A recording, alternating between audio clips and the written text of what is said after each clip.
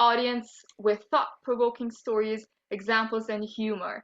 And as you know from our social media posts, this year's theme of Olympia is innovation. Bob is going to talk about our theme of the year, innovation. And if you have any questions after, feel free to unmute yourself or either type it in the chat box. Yes. Do that. Does that mean I'm supposed to go? So we're talking about innovation today. What is innovation? When I ask 10 people, I'll get 12 or 14 different definitions because it's really hard to define what innovation is. So let's first start with that. Innovation is an implemented idea that actually makes a difference, preferably a positive difference in what you're trying to accomplish. So innovation is more than just ideas. Ideas are actually cheap and plentiful. When we actually implement those ideas is where we potentially get the value from innovation. So where do we apply new ideas? So many people think that if we come up with some whiz-bang new feature, some whiz-bang new product or service that we're innovative, and I tend to disagree with that. Just because we come up with an idea, that doesn't mean the idea would be beneficial. So in all the companies that I've started, and you've heard that I started a dozen companies, and all the companies I started, we really started with an opportunity. What is the opportunity? The opportunity is really based on what problem you're solving for whom that is worth solving. When we look at the history of failed products or failed businesses, somebody had an idea and they thought, well, my idea is going to change the world, and they went ahead with it. And ultimately, with the failed ideas, they didn't change anything. That's because people didn't validate their ideas. So when you think about innovation over the next year, the theme for your next year, don't just think about what problems are we solving.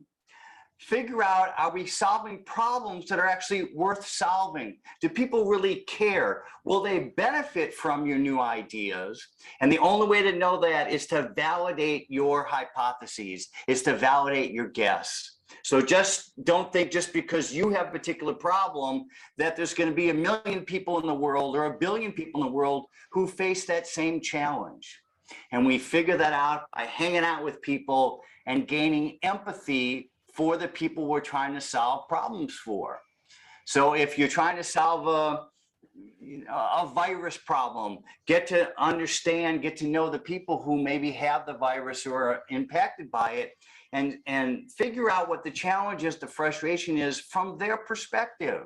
It's not really about the ideator, it's not about the person who started in the business, it's about the person whose business will be impacted, the person who will be impacted by that business. So how do you figure that out? You spend time with people, you hang out with people, you keep your eyes and ears open. It's amazing how just by paying attention and being curious, we can find opportunities. So let's get a little technical. How big is the opportunity for your new idea, your new program? I like to say that the opportunity space, the opportunity to be innovative, is defined by 4 different forces. And that is the size, the intensity, the frequency, and the value of the problem you're solving. So for example, if I have a problem once a year and it's kind of mild, that's a pretty small opportunity.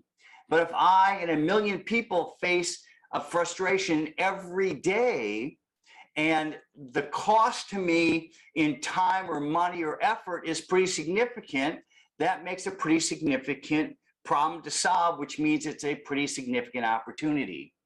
So don't just try to solve problems, try to solve problems that are big, that are pervasive, that cover a lot of people or big area, or that impacts people frequently. So what you're really doing is working on problems that are worth solving. One of the examples I like to use is the Segway stand-up scooter. Maybe you're familiar with it. You see tour guides on them where people are standing up on this 2-wheel scooter. It was meant to change the world. They thought they were going to sell 10,000 of these a week, and they sold about 85 a week on average. So less than 1% of what they were expecting. Or maybe you've heard about New Coke back several years ago, about 40 years ago. Coca-Cola came out with a new flavor of Coca-Cola, abandoning their old flavor because they thought their customers wanted a new flavor, and that's not really what they wanted. Every day we see, especially technology or digital innovations coming out, new apps for your phone, for example, that the people who develop those apps think that those new apps are going to change the world, but ultimately most apps are downloaded once and then never used again because those apps don't really solve any particular problems. So as you're working through trying to be the innovator that's going to change the next, the next great thing in the world, figuring out, are you the only person impacted by this challenge, or is this challenge rather large that a lot of people, 1 million people, 1 billion people are impacted by it? Now, I can talk about innovation for a long time. I'd rather hear what your questions are so we can focus on what it is you're trying to accomplish. So you're welcome to unmute and jump in or type in the chat box. I've got my window open, and we'll get your particular questions so we can talk about innovation from your perspective. Who's going to be first? Who's got a question?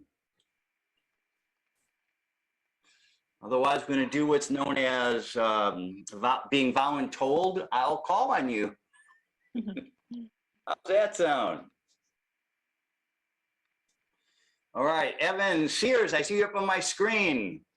Type in a question or unmute and ask your question about innovation. Okay, Bob. Yep. Okay, evening from Indonesia. Actually, I'm based in Surabaya, and I'm glad to be here. The reason I don't on my video is because my signal is unstable. So rather than broken up, I'll. Okay, the idea of you were asking about audience to define innovation or related to define innovation. Yeah. Yeah. So do you have what's your definition of innovation? Okay, I think innovation is you have to have some kind of a good attitude, and then also maybe develop skills, and then you can innovate. Otherwise, it's not possible. It's going to be hard. I agree. You certainly need skills, and to me, the biggest skill you need is curiosity. You have to wonder. Right. Yeah, you've got to wonder, can we do this better if it's worth doing better? Not every problem is worth solving, but if we've identified a problem that's worth solving, then we have to be curious, well, what have we tried before? Why have those not worked? And what could we do differently in order to be more impactful, to improve people's lives, or sell more products, or whatever your goal is with innovation? Great, thanks for jumping in. Who else wants to jump in?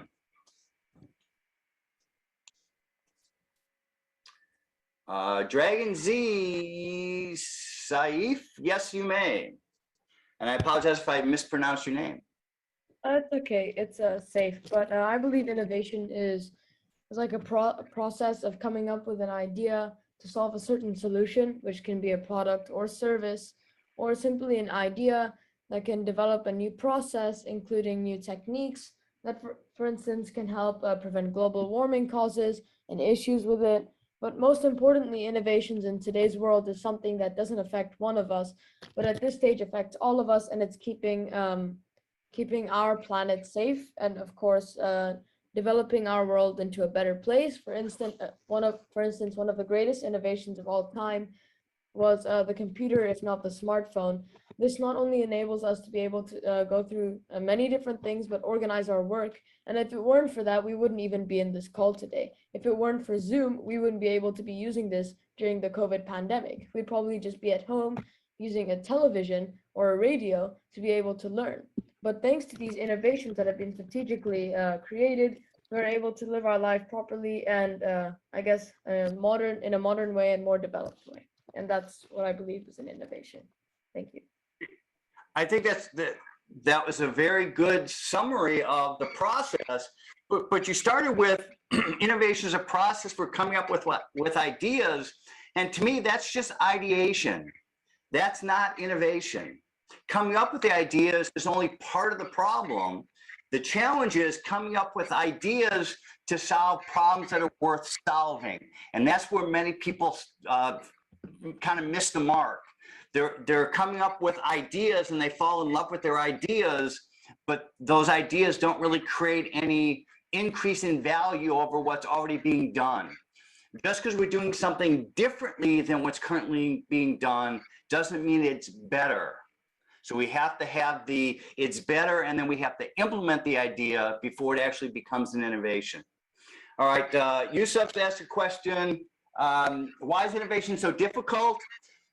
To me, innovation is not necessarily difficult. It's identifying the problems that we should be applying innovation towards is difficult. And it's difficult because most people try to come up with ideas in a vacuum. Instead of going out and getting immersed in the challenge, immersed in the frustration, immersed in the problem, they see it from only their own perspective, and then they try to solve it just from what they know themselves. If we open our minds and immerse ourselves into the problem and see the problem, the challenge, the frustration, whatever it is you're trying to accomplish, they're yearning for something better from the perspective of the people who will benefit, then we can solve a much more well-defined problem. If we're doing it from our own perspective, we're guessing, and that's why so many attempts at innovation are wrong, because our guesses are wrong. If we go out and actually immerse ourselves in the problem, it becomes much easier.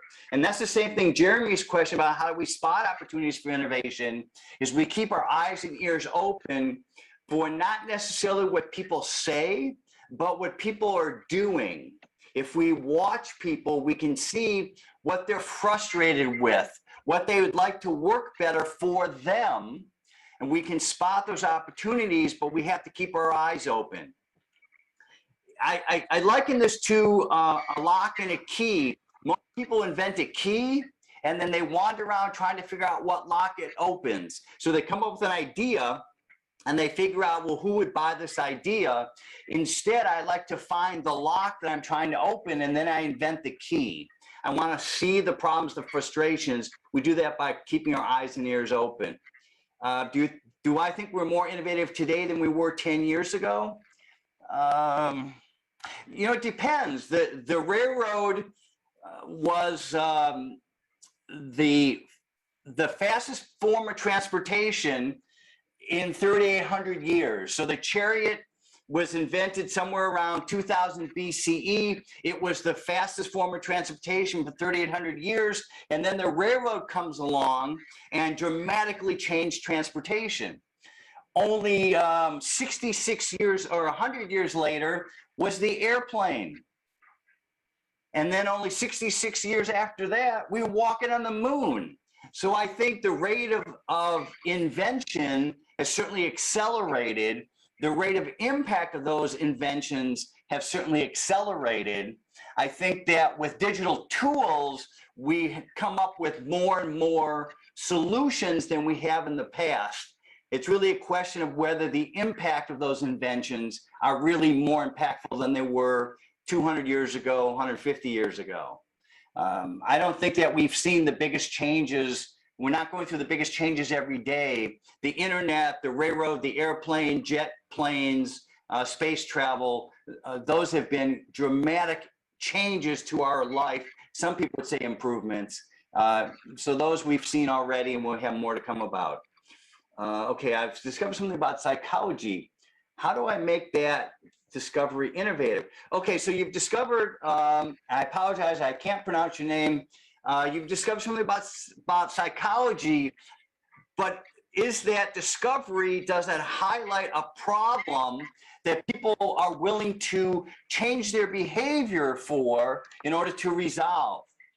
So as humans, we know that it's really hard to get people to change their behavior.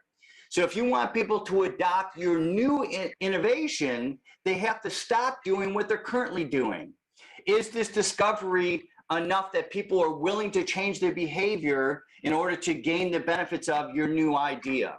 And that's the challenge with everybody. Just because we come up with a new idea doesn't mean people are going to adopt that new idea because they're comfortable with the way things currently are. Anissa wants to know, what are the benefits of innovation?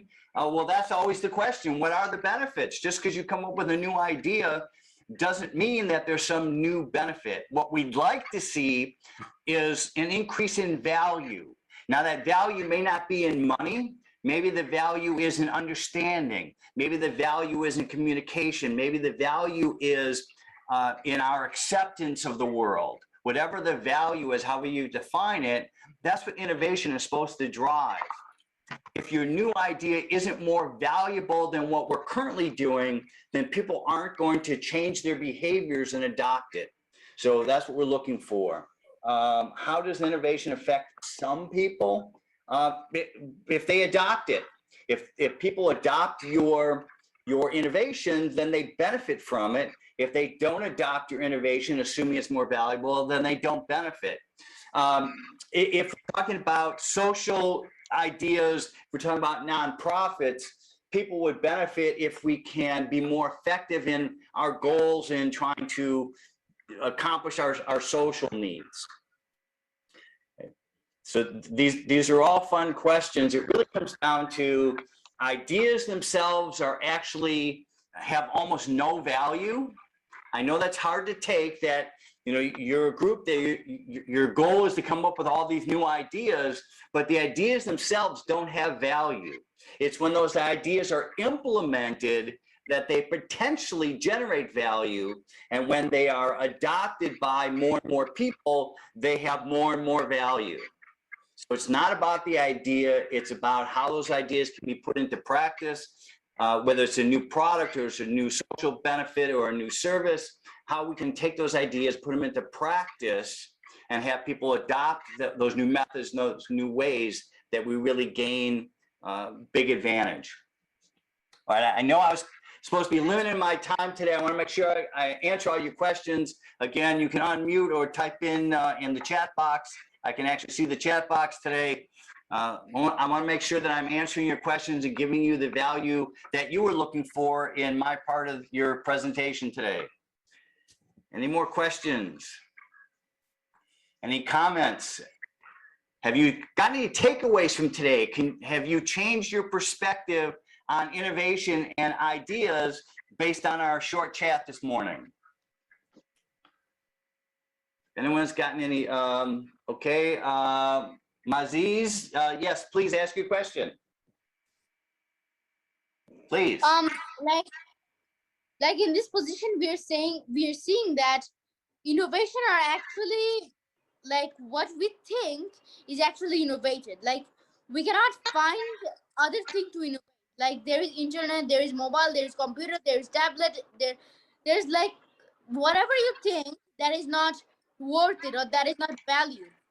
So is there actually possibility of anything to innovate other than internet and tablets and mobiles and laptops? Well, innovation isn't just technology. It could just be a new way of doing business. It could be a new way of communicating. It could be a different way of painting stripes down the middle of the road. So the first step often is identifying the opportunities worth capitalizing on. Just because you have a new idea doesn't mean that other people see the value. So that's why I always start with, well, what's the pain, what's the frustration, what's the challenge that I'm going to help resolve, or what's the desire that I'm going to help satisfy? And then is that desire, is that pain, is that challenge big enough? When you're talking about raising money, when you can talk to people and say, there's 1 million people affected by this, and they're willing to pay $20 each to resolve it because they're frustrated every day by it. It's amazing how people will actually start throwing you money. You've heard at the beginning, I started a dozen companies. I've never had a problem raising money because it was easy to have the conversation of, this is the challenge, this is the size of the challenge, this is the value of resolving that challenge, and we can make money doing this. And people go, okay, great, happy to do it. All right, Yusuf asked, how do we get over the fear of failure? You can fail without being made to feel as though you're a failure, because you're running experiments. Innovation is really a series of experiments. So instead of putting all your money and all your ego into one idea, figure out how you can take small steps. How can you test each of your assumptions about the problem you're solving and your potential solution?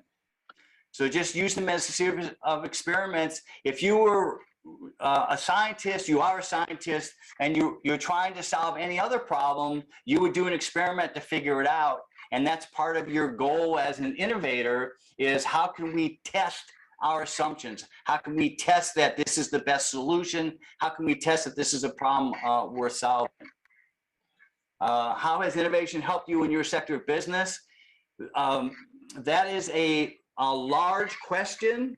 One of my businesses, we did medical diagnostic imaging. So if people were sick or injured, they'd come to our medical clinics and they would get scanned in an MR scanner.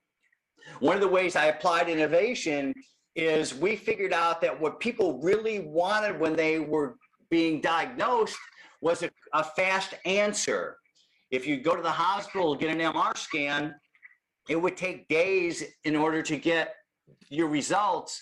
So we used voice recognition dictation so we could get our reports out within minutes instead of days.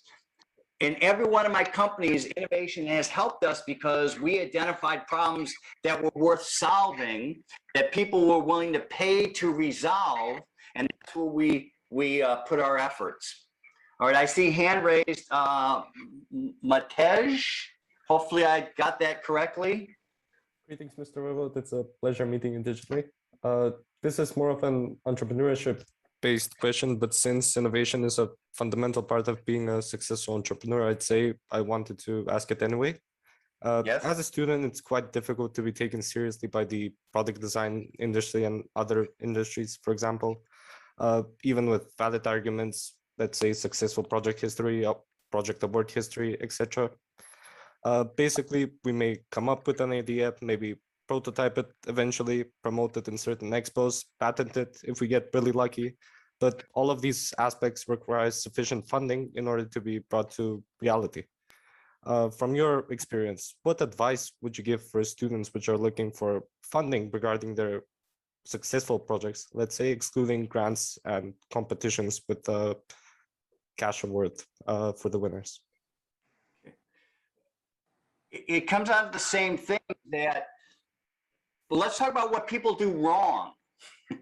They start with, I have this idea and people should buy it. I've been a judge on innovation competitions many times, and I hear that all the time, well, people should do X, Y, and Z. And my question always is, based on what? How do you prove that?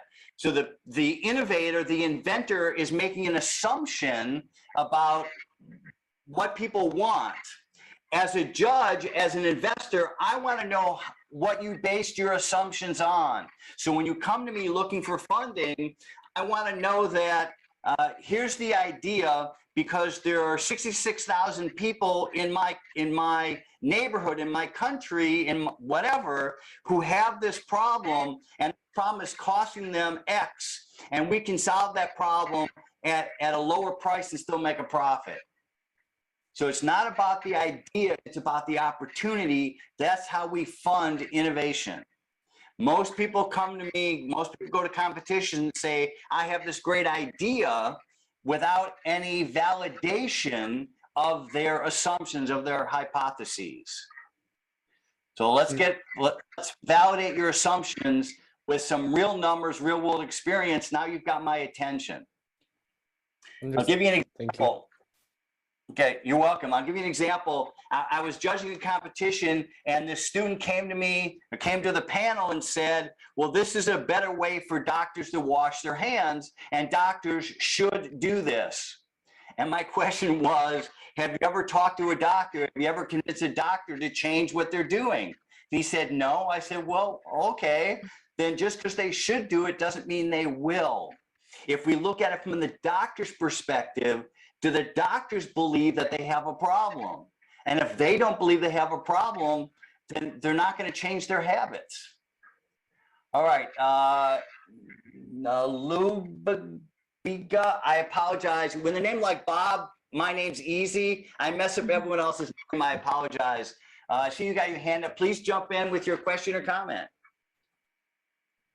I wanted to ask, my name is Nalvega Shalom from Uganda. I wanted to ask, how do you think innovation has changed the world, the world right I missed the last word. Change the laws? Was that the question? how has innovation changed the world? So innovation is really about solving problems that are worth solving. So what's the area? If people have laws that are causing problems, instead of just changing the law to saying from yes to no, we do things a different way. People have less frustration with it. So innovation isn't about just products. It isn't about services. It isn't about technology. It is about doing things differently in a way that brings more value than the current way. So, new laws, new methods, new processes, new whatever. That's how we apply innovation. So, Blurt, I want to go back to you. I know I'm way over time. I'm happy to keep going. I don't know what your agenda is. It's okay. This was a great experience for our students. I didn't want to interrupt their questions and you answering them. Thank you very much for it. Thank you. Okay. I think hopefully you've gotten some benefit out of it. You see innovation from a new perspective. It's about creating value from the minds and the perspective of the people you're trying to impact, not just from your perspective. It's from everyone else's perspective. It's amazing how empathy is the answer to many of the world's ills. If we have more empathy, then we can do things better for people. And with that, I'll let you get on with the rest of your meeting. Thank you very much again for finding time to join us and sharing all of this with our students. I'm sure they appreciate it. Thank you. Have a lovely day. You're welcome. Thank you. With the ambassadors, you should stay here because we're continuing our presentation. As I said, some of you are already ambassadors, some of you are potential ambassadors, but I want to thank you first for being so nice with Bob and asking your questions. Thank you very much. It was an honor having him here. I'm sure you enjoyed the session. And let's continue with our presentation. If you have any questions, feel free to type it in the chat box. Let me share.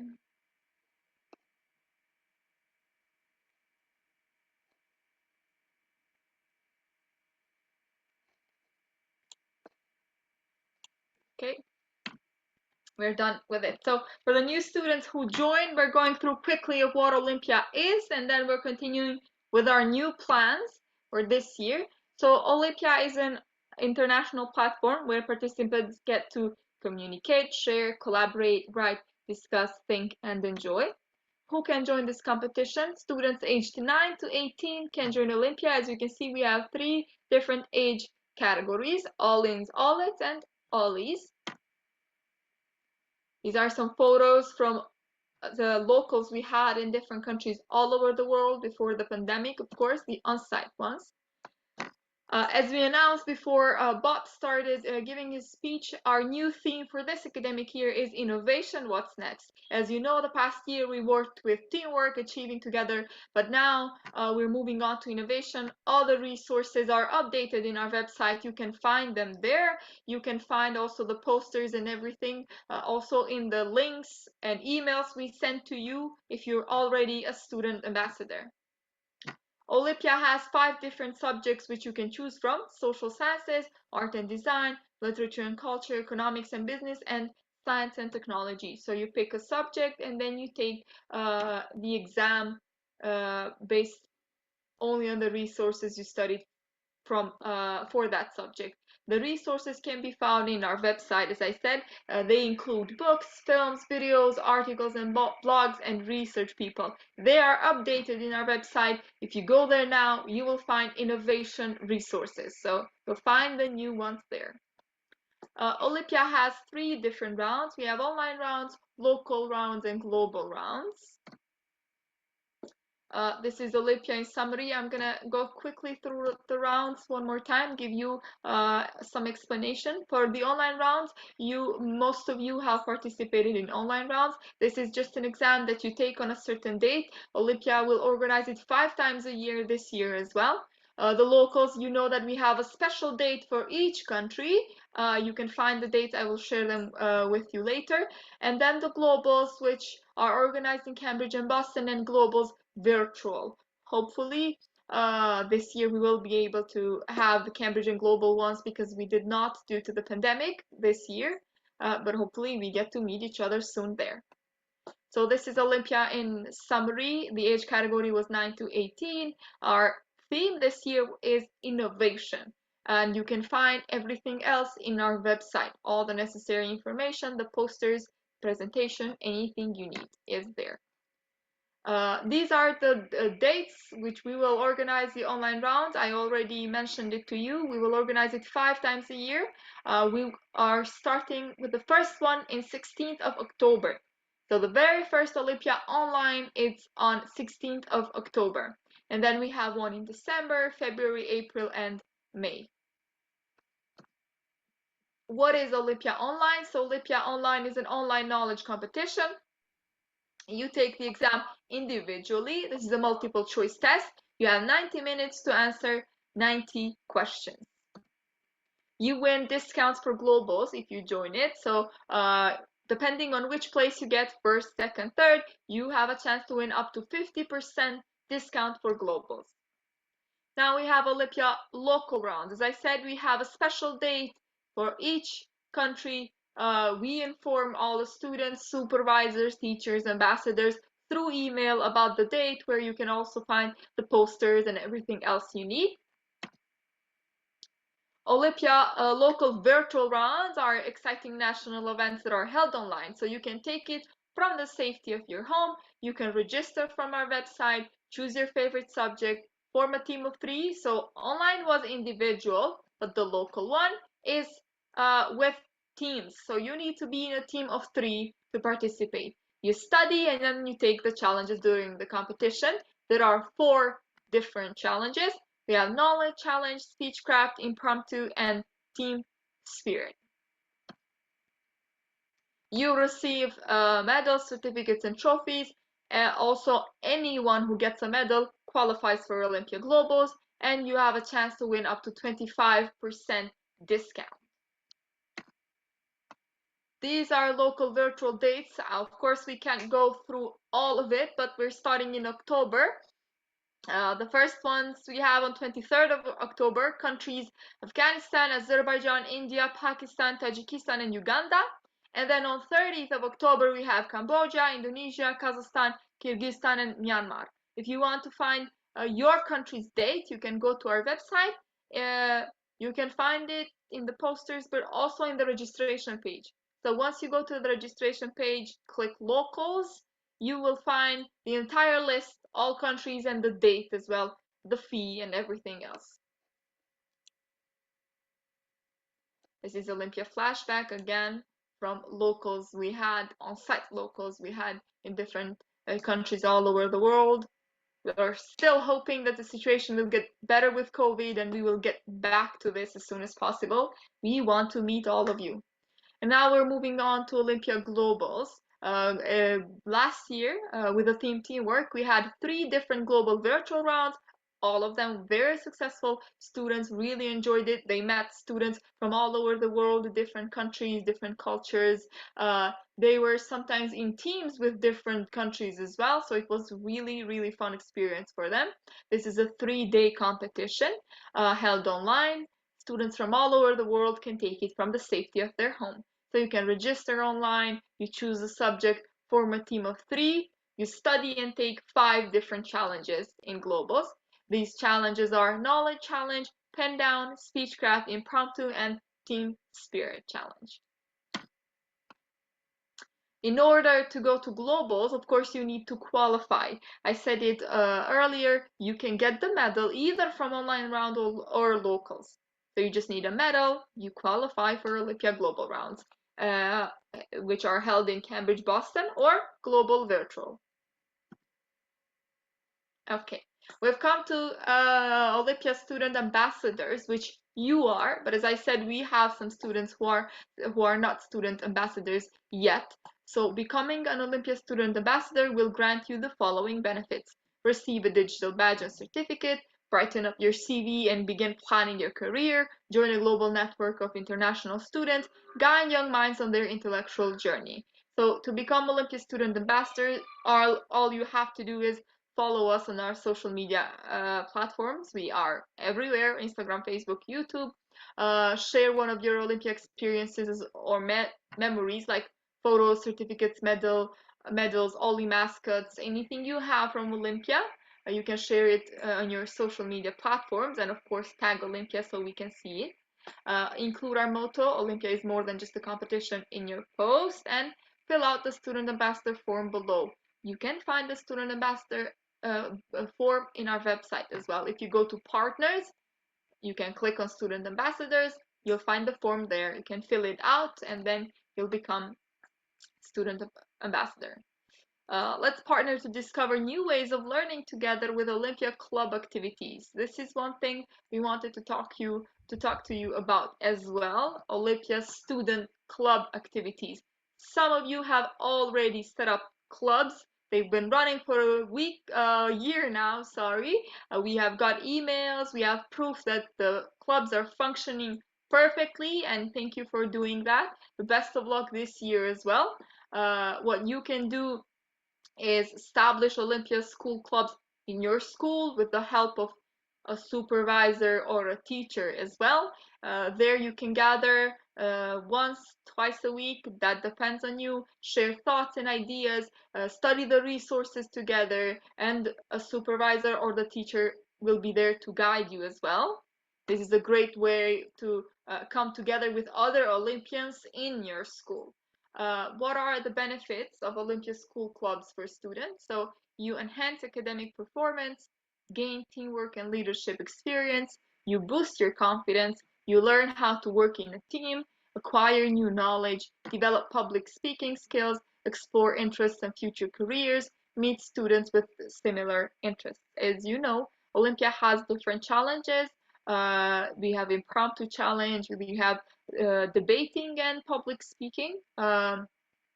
You can do both of these in Owlypia school clubs. So you can practice with your teacher, but with one another as well. You can study the resources together, share ideas, watch the videos together, the movies, because there's films in our resources as well.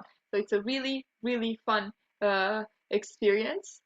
You can bring Owlypia to your school. Why not? So what are the steps you need to take to establish Owlypia school clubs in your school? You can present the idea about setting up Owlypia school clubs in your school, either to a director, manager, administrator, to a teacher, usually teachers. We have ambassadors almost in every school, so you can find a teacher who is an ambassador of Olympia. They can help you. So you find the teacher to run the club. You reach out to interested students. You can inform all the classes, inform that the age category is 9 to 18. You can establish Olympia clubs at your school this way. You spread the word, brainstorm ideas to explore subjects, make a plan on subjects, and host your first meeting. So you have your first meeting where you discuss everything with other members. You study Olympia resources and get prepared, and then you compete globally, make new friends, and win great prizes.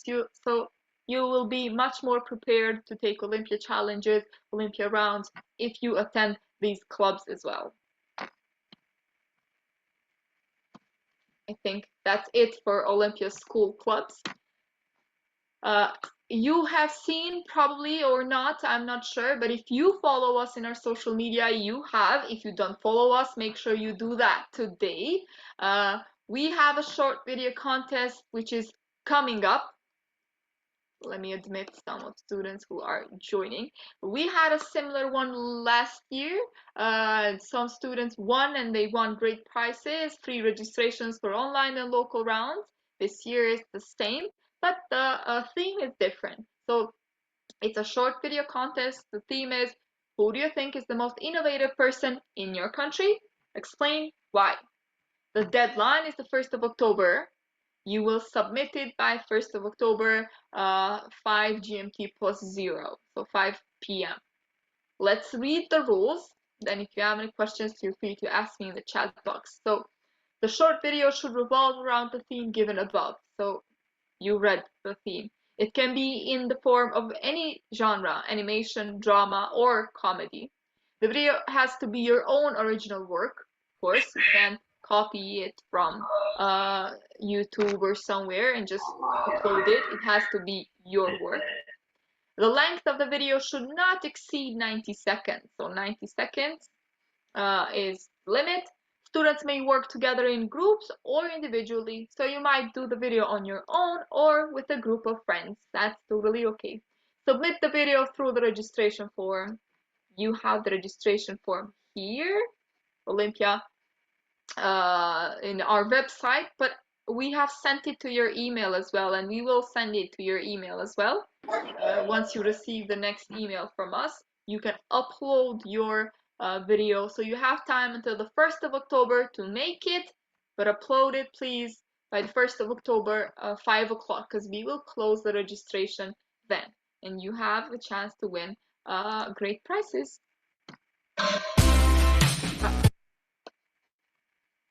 Let me start this again, sorry. So we're gonna watch two videos which were part of last year's contest. So you get a better idea of what videos are we requesting or what videos you should make.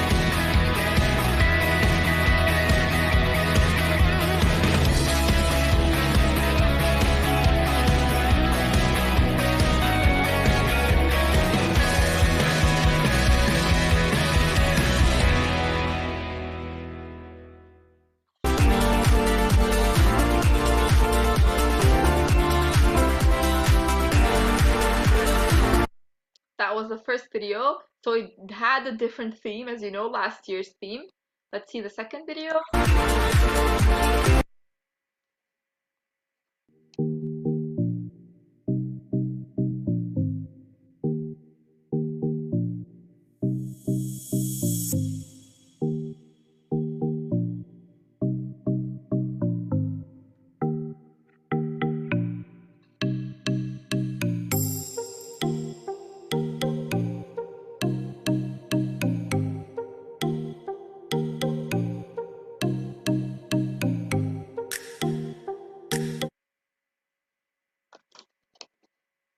That was it. So the videos don't have to be similar to this one. You can speak on the video yourself, or you can show your face. You can speak in the video. You might show another video which you created, an animation. So it could be anything, but please follow the rules which are sent and will be sent again to your email as well. Now, we have some tasks for our student ambassadors. We are starting our new academic year, and of course, we want you to promote Owlypia to your friends, to your school. If you manage to complete all these tasks below by the next meeting, which is on 19th of October, you will be eligible for a free registration code for the Owlypia online round. So there's 6 tasks, but I believe they're very easy to accomplish. If you're dedicated, you'll do that in a day. So you don't have to worry about it. The first one is send us your school club photos. So if you have established Olympia school clubs, take a photo of it, send it to us. Hang the Owlypia online poster 16th of October in your school and send some photos. So this is pretty easy. You get to print it. Probably you could do it in your school. You can print it in your school, hang it somewhere in the classrooms, in the hallway, take a picture of it and attach it to the form. Schedule the Olympia presentation for your school. So as you know, we arrange presentations for every school where we introduce Olympia, we talk about the rounds. These presentations really help students have a better idea of what this competition is. So if you can schedule one of them, that would be great. You can send us the details in our email. You already have our info email. You can communicate with us there, and then we'll take care of everything else. We will host it, we will prepare the poster, and you get to invite everybody. The fourth task is short video contest. Encourage your friends to participate in Olympia competition. The contest we just saw, the video contest. Share it with your friends. Let them know that that contest is happening, and there are great prizes as well. Number 5 is share your own post in social media and tag us. You have done this before. You'll do it again. I'm sure it's not an issue for you. And then share one testimonial video on your social media and tag Owlypia and send it to our info email. The testimonial video is you share your experience. Sorry. In a video, you record yourself, you talk about Olympia, you had fun, how was it for you, what did you expect, what happened, you explain the experience, and then you send it to us. You can send it to our email and post it in your social media and tag Owlypia. The first step I told you is to follow us on our social media accounts. You can find us on Twitter, Instagram, YouTube, Facebook as well. And you will keep yourself updated that way as well. We post almost every day. Everything that happens is posted in our social media account, so you will keep yourself updated as well. In the following days, we will send an email where you can upload all of these tasks if you have completed them. You will upload them to that form and you can tick it in the form. You'll have a better idea once we send it to your email. Now, last year we did have some meetings with student ambassadors, but this year we want to create even a tighter relationship with you guys. We value your ideas, your thoughts. If you have anything you want to share with us, you can go ahead and do that. But we also think that you can do a great job in bringing Olympia to your school. This is the entire of the idea of these tasks. Sometimes we have one ambassador and that student is the only person who participated in Olympia, knows about the rounds. So why not share it with your teachers, with the director, open Olympia school clubs, share it with your classmates. Maybe teachers can help if you can't do it alone. So you bring Olympia to your students and they get to experience this fun opportunity as well. Okay, that's it. So we mentioned that you can find Owlypia in almost every social media platform, Facebook, Instagram, Twitter, YouTube. As I said, you can follow us to keep yourself updated. Thank you very much for finding time to join us today. And this was way too long, we know, but it was a great experience meeting Bob in the beginning of this video. I was very excited. I know that you were as well. You're gonna enjoy his TED Talk as well. You can find it in our resources. The video is called Paradox of Innovation. Now it's time for questions. If you guys have any questions about all the information we shared with you today, feel free to ask us. I'm gonna enable the chat box so you can type it in the chat box.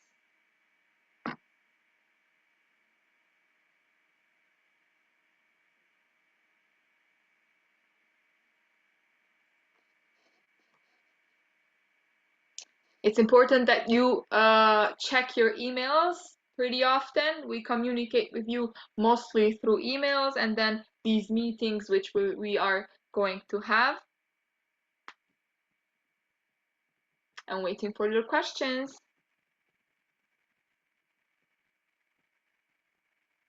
If you don't have any questions, that means everything was clear, and I really hope it was. I hope it was an informative meeting for students who have not become ambassadors. You can become ambassadors, student ambassadors from our website. You can do that now if you're willing.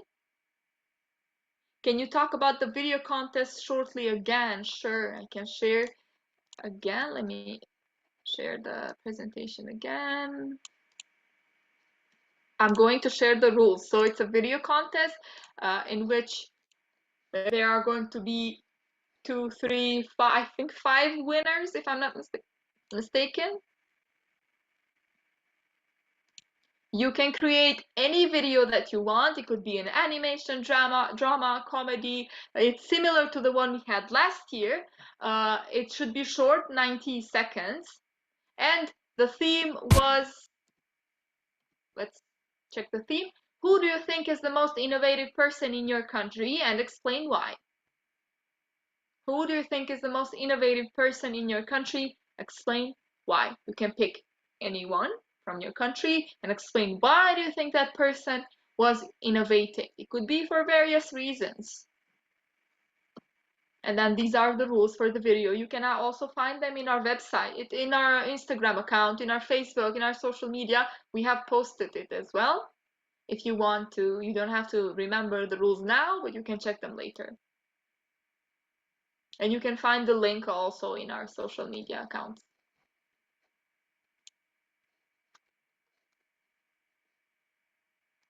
Are the results going to be announced virtually? I think they are. We will probably make a ceremony and announce all the winners of the video contest.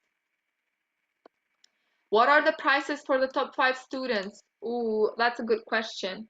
I will check Owlypia's Instagram account right now to see if they have shared that information. If they have not, you will find out pretty soon. Okay, let me see who wins what. No, they have not shared it yet, but I'm sure they will. I'm sure they will soon share the prices for top 5 students.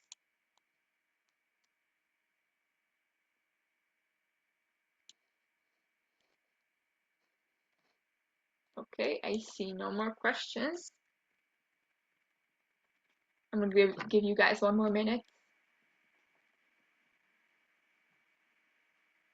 Okay, Aziz, I'm waiting for your question. Oh, I'm glad you enjoyed the session. I enjoyed it as well.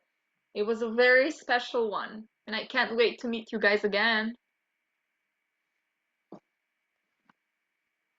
Let's see what Maziz's question is.